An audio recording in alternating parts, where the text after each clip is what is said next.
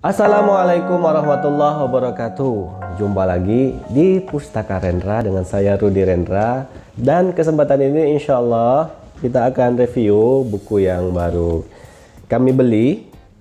Bukunya berjudul Tadabbur Bacaan Sholat yang disusun oleh Ustadz Ibnu Abdul Bari untuk menyelami makna memetik hikmah di dalam sholat kita, di dalam bacaan sholat kita, ya. Mengapa saya tertarik dengan buku ini? Sebenarnya saya jarang beli buku yang tuntunan ibadah seperti ini. Tapi kali ini saya tertarik. Kenapa? Karena direkomendasikan oleh Ustadz Abu Basam Umar Mita, ya. Siapa dia? Ya tentunya beliau adalah salah satu ustadz yang menurut saya senangi kajian-kajiannya, dan banyak materi-materi kajiannya yang menurut saya cocok dengan pembawaan saya.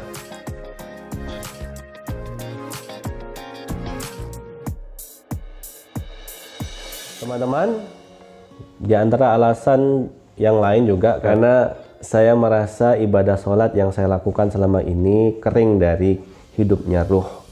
Maka saya butuh sebuah referensi yang ringan yang bisa saya bawa kemana-mana, ya, waktu sholat. Itu setelah sholat itu bisa sambil saya baca dan saya renungkan agar ruh dalam sholat kita, dalam sholat saya terutama, bisa hidup gitu. Jadi tidak hanya sekedar ritus belaka, tidak hanya sekedar ruku dan sujud saja, tetapi ada makna yang membekas untuk diri saya terutama, ya. Buku ini tuh berusaha menampilkan bagaimana kita bisa mencapai kelezatan dalam ibadah sholat yang kita lakukan. Kelezatan ibadah itu hanya dicapai atau dirasakan bagi mereka yang menghidupkan ruhnya di dalam ibadah, menghadirkan hati dengan amal yang sesuai untuk setiap ucapan lisannya dan gerak tubuhnya. Menghadirkan hati itu hakikatnya di sebelum, saat, dan setelah sholat yang ia kerjakan.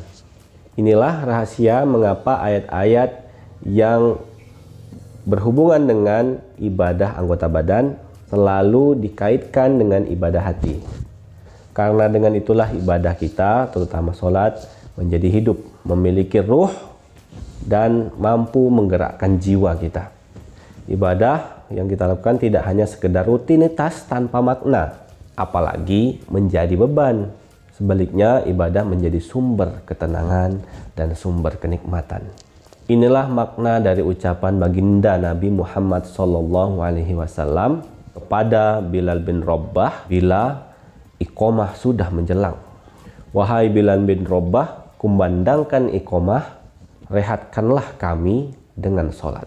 Adapun orang-orang munafik, ya, mudah-mudahan kita terhindar dari sifat-sifat munafik.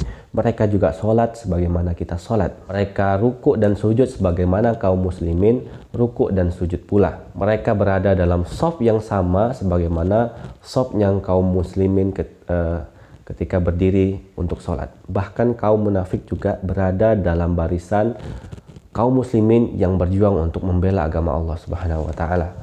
Mereka membaca bacaan sholat sebagaimana yang kaum muslimin baca. Akan tetapi mereka hanya merukukkan dan mensujudkan badannya saja, tanpa diikuti dengan sujud, tanpa diikuti ruku dan sujudnya jiwa di hadapan Allah Rabbul Izzati. Ini relate sekali dengan firman Allah yang terdapat di surat Al-Fath ayat 11. Mereka mengucapkan dengan lisan mereka apa-apa yang tidak ada di hati mereka. Nah, teman-teman, sebagai kesimpulan dari review buku ini, ya, jadi menata kembali ibadah kita, terutama ibadah sholat 5 waktu itu adalah yang paling utama, ya, dan menjadi sebuah kewajiban bagi kita. Nah, hari ini mungkin kita sudah antusias, ya, antusias untuk memperbaiki kaifiyah ibadah sholat kita sebagaimana yang sesuai dengan Rasulullah ajarkan, Maka demikian pula seharusnya kita pun peduli untuk menata ruh di dalam setiap ibadah yang kita lakukan, terutama sholat ya. Dengan demikian ibadah yang kita lakukan ini bisa meningkat, tidak saja secara kuantitas tapi juga secara kualitas. Karena kepedulian kita untuk memperbaiki kualitas ibadah sebagaimana yang dikatakan oleh ulama yang bernama Ibnu Qayyim Al-Jauziyah adalah pertanda hati yang salim, hati yang sehat ya. Tapi kalau kita sudah nggak ada niat untuk memperbaiki ya, sholat ya sudah selesai tapi kering ruh kita, masih sholat jalan, maksiat jalan, berarti ada yang salah dengan cara sholat kita. Padahal sholat itu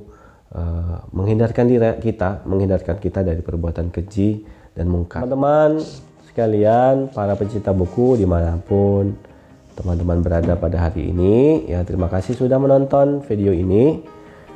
Recommended banget buku ini, kalian bisa beli di Shopee atau langsung ke penerbit Zaduna ya, bekal untuk selamanya ya, penerbit Zaduna bekal untuk selamanya ya. Biasanya buku-buku seperti ini diwakafkan untuk pembangunan pesantren.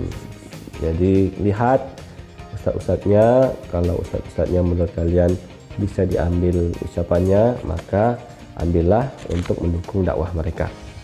Sampai jumpa di video selanjutnya. Assalamualaikum warahmatullahi wabarakatuh.